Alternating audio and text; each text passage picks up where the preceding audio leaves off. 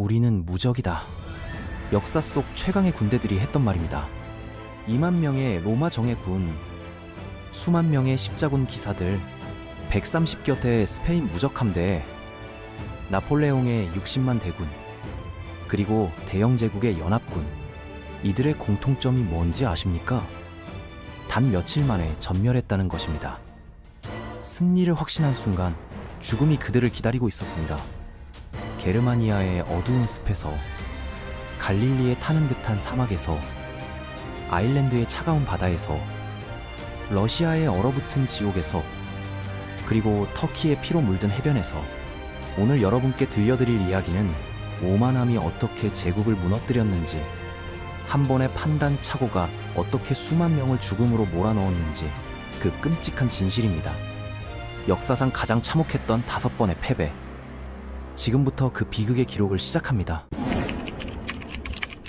기원후 9년, 게르마니아의 토이토부르크 숲에서 로마 제국 역사상 가장 참혹한 패배 중 하나가 일어났습니다. 세계 군단, 약 2만 명에 달하는 로마 병사들이 단 며칠 만에 전멸했죠. 이 재앙을 이끈 장군 퀴틸리우스 바루스는 시리아 총독 시절 가난한 사람으로 부임했다가 부유한 사람으로 떠났다는 평가를 받던 인물이었습니다. 그는 게르마니아 야만족들을 칼이 아닌 법으로 다스릴 수 있다고 믿었고, 전쟁터 한복판에서 법정을 열고 재판을 진행하며 평화의 환상에 빠져 있었습니다. 게르마니아인들은 이런 로마식 정의에 감사를 표하는 척하며 거짓 복종을 보였지만 그들의 야만적 본성은 결코 사라지지 않았죠. 바루스는 자신이 군대를 지휘하는 장군이 아니라 도시 행정관처럼 행동했고, 이러한 방심은 결국 파멸로 이어졌습니다. 숲과 습지에 둘러싸인 토이토부르크에서 로마군은 게르마니아 부족의 매복에 걸렸고, 용맹으로 유명했던 군단들이 가축처럼 도살당했죠. 바루스는 싸우기보다 죽을 용기가 더 컸고, 조상들의 전통을 따라 칼로 스스로 목숨을 끊었습니다. 이 끔찍한 패배의 소식이 로마에 전해졌을 때 제국 전체가 충격에 빠졌습니다. 1187년 7월, 예루살렘 왕국의 운명을 건 결정적 전투가 벌어졌습니다. 살라딘이 이끄는 거대한 이슬람 군대가 티베리아스를 포위했고, 갈릴리 백작 부인은 왕에게 긴급 구원 요청을 보냈죠. 1588년, 무적 함대로 불리던 스페인 함대가 영국 해협에서 참패를 당한 뒤 아일랜드 해안으로 도망치다 폭풍을 만나 이무척잉의 배가 난파되었습니다. 생존자의 증언은 그 공포를 생생히 전합니다. 1812년, 나폴레옹의 대군이 모스크바에서 후퇴하며 겪은 고통은 상상을 초월했고, 1915년 갈리폴리 상륙작전에서 연합군은 터키군의 맹렬한 저항에 부딪혀 해변이 시체로 뒤덮였습니다. 오늘은 역사 속 전쟁의 참상과 인간의 용기, 그리고 어리석음에 대한 이야기입니다. 로마의 역사가 벨레이우스 파테르클루스는 토이토부르크 전투를 크라수스의 파르티아 원정 이후 외국 땅에서 로마인에게 닥친 가장 무거운 재앙이라고 기록했습니다. 퀴틸리우스 바루스는 고귀한 가문보다는 유명한 가문 출신으로 온화한 성격과 조용한 기질을 가진 사람이었죠. 그는 육체적으로 다소 느리고 전쟁에서의 실제 복무보다 캠프의 여가에 더 익숙한 인물이었습니다. 시리아 총독으로 재임할 때 그는 가난한 사람으로 이 부유한 지방에 들어갔고, 부유한 사람으로 이 가난한 지방을 떠났다는 평가가 그의 성품을 단적으로 보여줍니다. 게르마니아에서 군대를 지휘하게 되었을 때 바루스는 독일인들이 사지와 목소리로만 인간이며 칼로 제압할 수 없는 사람들은 법으로 달랠 수 있다는 생각을 품었습니다. 이는 치명적인 오판이었죠. 그는 평화의 축복을 누리고 재판소에 앉아있는 사람들처럼 행동하며 여름 원정의 시간을 법정을 열고 법적 절차에 적절한 세부 사항을 관찰하는데 낭비했습니다. 게르마니아인들은 엄청난 사나움과 믿을 수 없을 정도로 위대한 기술을 결합한 사람들이었지만 바루스는 이를 간과했습니다. 독일인들은 로마 정의가 분쟁을 해결한다는 감사를 표하며 태어난 거짓말로 로마인들을 속였습니다. 그들의 야만적 본성이 이 새롭고 지금까지 알려지지 않은 방법으로 부드러워지고 있다고 믿게 만들었죠. 퀴틸리우스는 완전히 방심하여 자신을 포럼에서 정의를 집행하는 도시 행정관으로 여겼지, 게르마니아 중심부에서 군대를 지휘하는 장군으로 여기지 않게 되었습니다. 이러한 테마는 곧 대가를 치르게 됩니다. 게르마니아에서 파견된 전령은 바루스의 죽음과 세계 군단, 6개 보조대대의 학살이라는 불길한 소식을 전했습니다. 용맹함, 규율, 에너지, 그리고 현장 경험에서 로마 군대 중 최고였던 이 부대가 장군의 부주의와 적의 기술, 그리고 운명의 불친절함으로 숲과 습지에 둘러싸여 거의 전멸했던 것입니다. 항상 가축처럼 도살했던 바로 그 적에 의해 그 생사가 로마인의 분노나 연민에 달려 있었던 바로 그 적에게 말이죠. 장군 바루스는 싸우는 것보다 죽을 용기가 더 컸습니다. 아버지와 할아버지의 모범을 따라 그는 칼로 스스로를 찔렀죠. 진영의 2명의 부관 중 루시우스 에기우스는 군대 대부분이 죽은 후 항복을 제안했고 전투에서 죽는 것보다 적의 손에 고문당하는 것을 선호했습니다. 또 다른 부관은 기병대를 이끌고 라인강에 도달하려고 시도했지만 보병을 보호받지 못한 채 남겨두고 도망쳤고 운명이 그의 행동을 복수했습니다. 그는 자신이 버린 사람들처럼 죽었죠. 바루스의 시신은 부분적으로 화장되었지만 재앙에도 불구하고 그의 가족 묘지에 매장되어 존경을 받았습니다. 이 모든 것에서 분명한 것은 바루스가 인품과 선의를 지닌 한 남자였지만 지휘관으로서의 판단력 부족으로 목숨을 잃었고 그의 위대한 군대는 병사들의 용맹함보다 더 많은 것을 잃었다는 사실입니다. 토이토브루크의 패배는 로마 제국의 게르마니아 정복 야망을 영구히 좌절시켰고 이후 로마는 라인강을 넘어 확장하지 못했습니다. 1187년 7월 2일 목요일 살라딘은 군대를 티베리아스로 진격시켜 포위를 시작했습니다. 도시는 궁수들에게 포위되었고 성벽이 요새화되지 않았기 때문에 갈릴리 백작 부인은 남편과 왕에게 사절을 보내 긴급 구원을 요청했습니다. 터키인들이 전투에서 도시를 포위했고 성벽을 뚫고 지금 막 들어오려 하고 있으니 즉시 도움을 보내지 않으면 포로가 될 것이라는 절박한 메시지였죠. 7월 2일 목요일 저녁 무렵 예루살렘의 왕은 소식을 듣고 군대의 모든 지도자들을 모아 취해야 할 행동에 대한 조언을 구했습니다. 그들은 모두 새벽에 주님의 십자가를 동반하여 금요일 10월 3일에 전투 대형을 갖춘 모든 병력과 함께 적과 싸울 준비를 하고 행진해야 한다고 조언했습니다. 그래서 그들은 생필품을 남겨두고 행진을 떠났고 마리스칼라라는 작은 마을에 도착했습니다. 하지만 그곳에서 적의 공격과 갈증으로 너무 지쳐 더 이상 가고 싶지 않았습니다. 1마일 떨어진 갈릴리 바다에 도달하기 위해 좁은 바위 지역을 통과하려 했지만 갈릴리 백작은 왕에게 전가를 보냈습니다. 우리는 서둘러 이 지역을 통과해야 하며 그렇지 않으면 물 근처에서 안전할 수 없고 물이 없는 곳에 진을 칠 위험이 있다는 내용이었죠. 왕은 즉시 통과할 것이라고 대답했지만 그 사이에 터키인들이 군대의 후방을 공격했고 성전기사단과 후방의 다른 사람들은 간신히 버틸 수 있었습니다. 그러나 갑자기 왕은 텐트를 치라고 명령했고 갈릴리 백작은 뒤돌아보며 소리쳤습니다. 주 하나님이여, 전투가 끝났습니다. 우리는 죽음에 배신당했습니다. 왕국이 끝났습니다. 그래서 슬픔과 괴로움 속에서 그들은 건조한 곳에 진을 쳤습니다. 밤 동안 물보다 더 많은 피가 흘렀고 사라센의 아들들은 하나님의 백성을 포위하고 밤새도록 그들 주변의 사막 덤불에 불을 질렀습니다. 굶주리고 목마른 사람들은 화살과 불의 열기와 불길에 더욱 괴롭힘을 당했죠. 마침내 죽음의 구름이 열린 후 슬픔과 고난의 날이 밝았습니다. 비탄과 파괴의 날 새벽에 시리아의 왕 살라딘은 티베리아스 성을 버리고 전체 군대를 이끌고 진영으로 올라와 기독교인과 전투를 벌였습니다. 그는 이제 공격할 준비를 했고 십자군은 전투 전열을 갖추고 이 지역을 통과하기 위해 서둘렀습니다. 물을 마실 곳을 되찾고 활력을 되찾으면 적을 더욱 강력하게 공격하고 싸울 수 있기를 바랐지만 이때쯤 사라센들이 이미 도착했고 보병들은 전속력으로 산 정상으로 기어올랐습니다. 보병들은 군대를 운명에 맡겨 높은 산 정상까지 속도를 내어 올라갔고 왕과 주교 그리고 다른 사람들이 주님의 십자가를 지키기 위해 돌아가라고 간청하는 전가를 보냈지만 그들은 목이 말라 죽고 다시 싸우지 않을 것이기 때문에 오지 않겠다고 대답했습니다. 명령이 내려졌지만 그들은 다시 거부했죠. 그 사이에 기사단과 기병대는 격렬한 후방 경비 작전을 벌이고 있었지만 적들이 사방에서 나타나 화살을 쏘고 기독교인들을 다치게 했기 때문에 승리할 수 없었습니다. 대규모 이교도 집단이 보병을 돌격하여 가파른 산 정상에서 그들을 던졌고 나머지를 파괴하고 몇몇을 포로로 잡고 다른 사람들을 죽였습니다. 이것을 보고 말을 타고 있던 백작과 그의 부하들은 이 좁은 공간에서 말의 속도를 늦추고 기독교인들을 짓밟고 기수들에게 평평한 길을 제공하는 일종의 다리를 만들었습니다.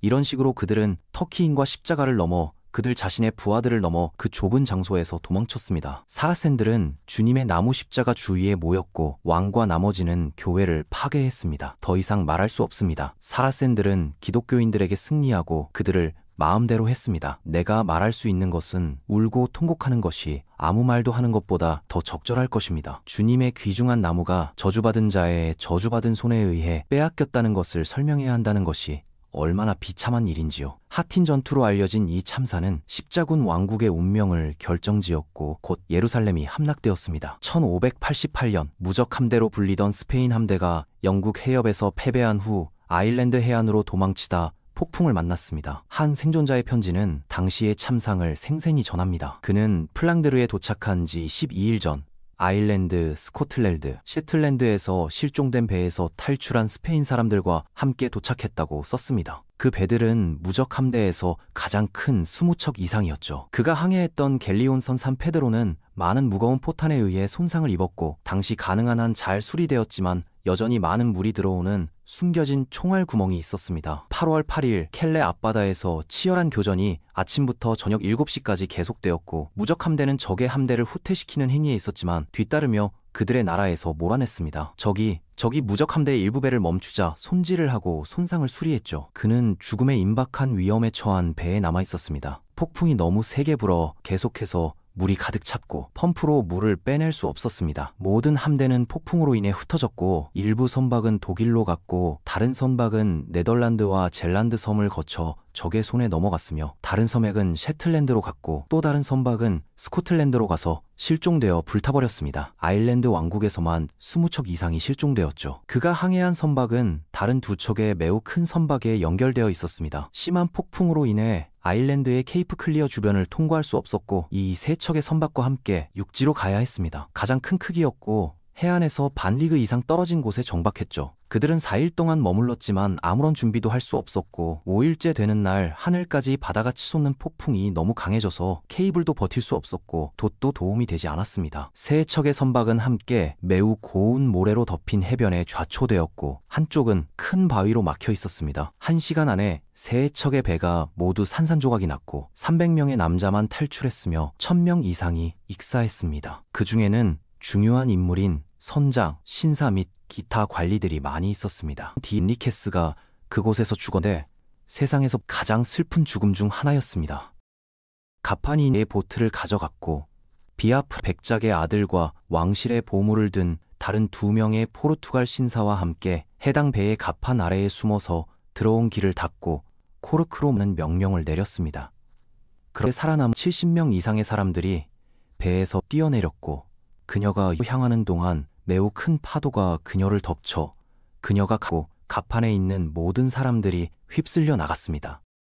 그녀는 파도에 따라 다른 방향으로 굴러가며 해안에 도달할지 표류했고 그곳에서 그녀 잘못된 쪽을 위로 향하게 했습니다. 또한 불운 후에 갑판 아래에 몸을 숨겼던 신사들은 그녀가 좌초되지 하루 반도 되지 않아 사망했습니다.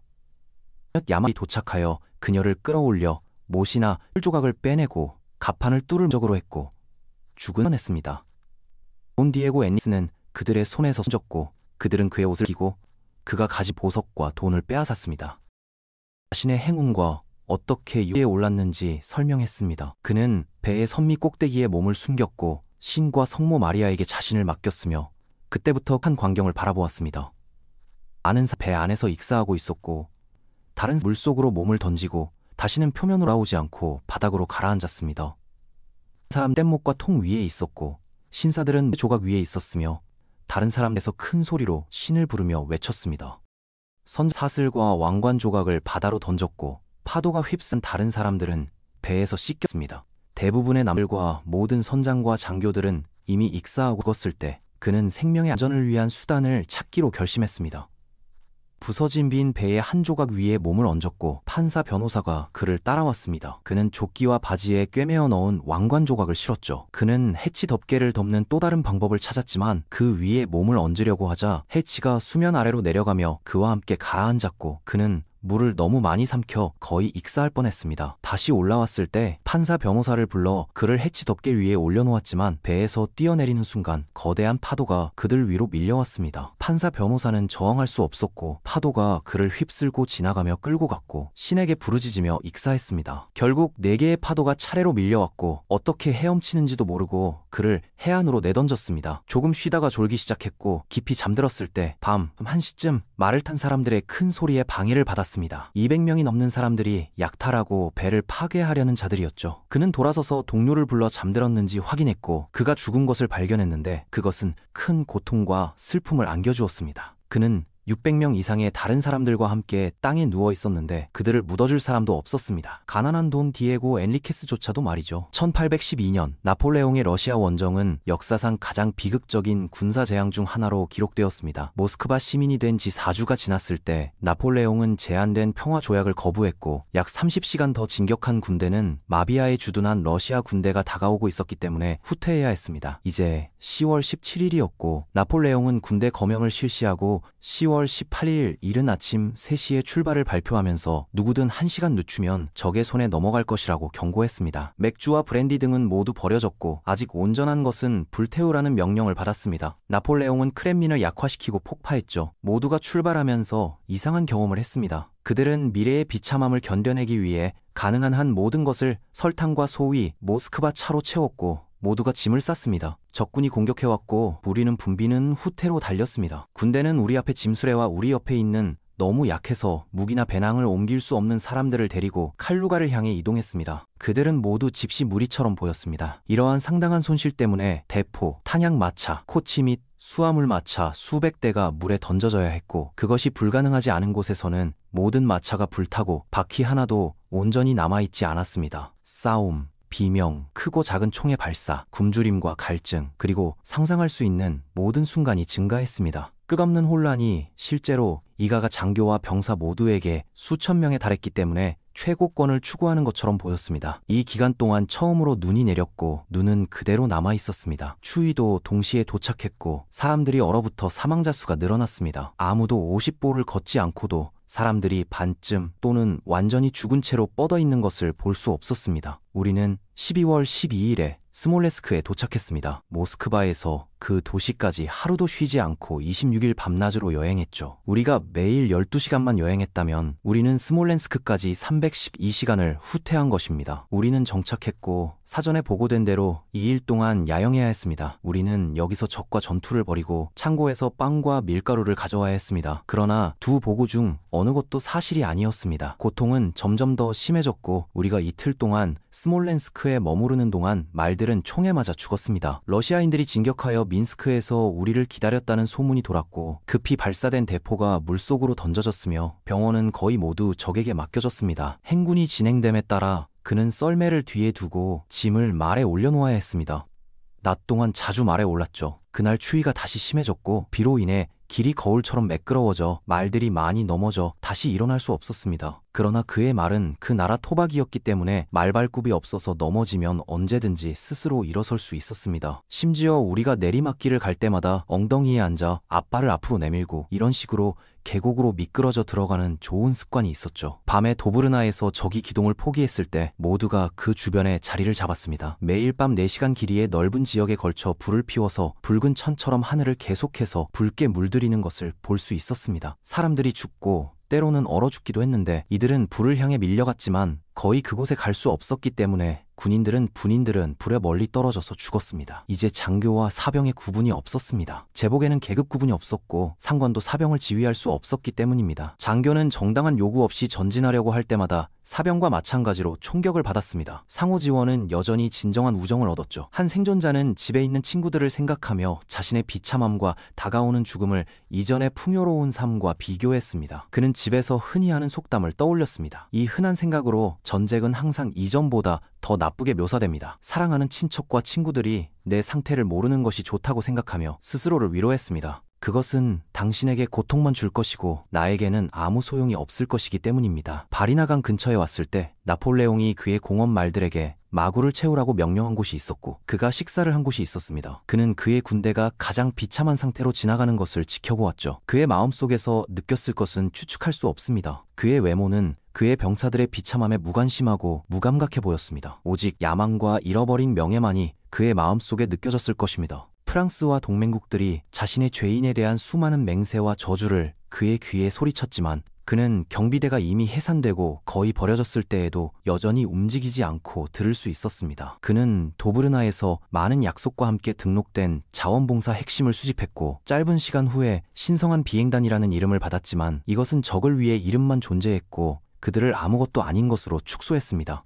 마침내 우리는 알텐부르크에 도착했고 처음으로 이 도시에서 정규 숙소를 받았습니다. 그는 말라바로 가서 그곳에서 다시 숙소를 받았는데 그것은 크리스마스 이브였고 집주인에게 배우지 않았다면 알지 못했을 날짜였습니다. 그는 또한 처음으로 자신을 씻었습니다. 손과 얼굴을 씻는 것은 손, 귀, 코의 딱지가 털처럼 자랐기 때문에 매우 느리게 진행되었습니다. 균열과 차가운 검은 비늘이 있었죠. 그의 얼굴은 수염이 많은 러시아 농부와 비슷했고 거울을 보았을 때 그는 이상한 모습에 놀랐습니다. 뜨거운 물과 비누로 1시간 동안 씻었지만 다소 매끄럽고 가벼워졌다고 느꼈을 뿐이었고 검은색과 비늘의 제거를 알아차릴 수 없었습니다. 1915년 갈리폴리 상륙작전은 제1차 세계대전 중 가장 피비린내 나는 전투 중 하나였습니다. 한 참전 군인의 일기는 그날의 공포를 생생히 전합니다. 장군은 상륙하는 첫 번째 병력 수송선에 해병대를 배치하고 싶다고 말했습니다. 멋지지 않은가요? 우리에게 일이 생겼습니다. 웨지우드, 일링워스, 파커와 나도 모든 것을 볼 것입니다. 우리는 이번 주에 상륙을 시작할 것 같습니다. 짧지만 날카로울 것 같아요. 자정쯤 배를 탈 것 같습니다. 닻을 올렸고 우리는 잠이 불가능할 정도로 붐볐습니다. 배가 너무 붐볐고 임무에 대한 강렬한 흥분은 말할 것도 없습니다. 화려한 밤이었죠. 이제 우리는 위험한 임무에 거의 탑승했고 새벽이 우리에게 불의 세례를 가져다 줄 것이라는 설렘을 느꼈습니다. 어쩐지 손을 잡는 것 같았습니다. 고대의 위대한 모험가들과 함께 수세기 동안 로마 함대가 갈리아 해안에서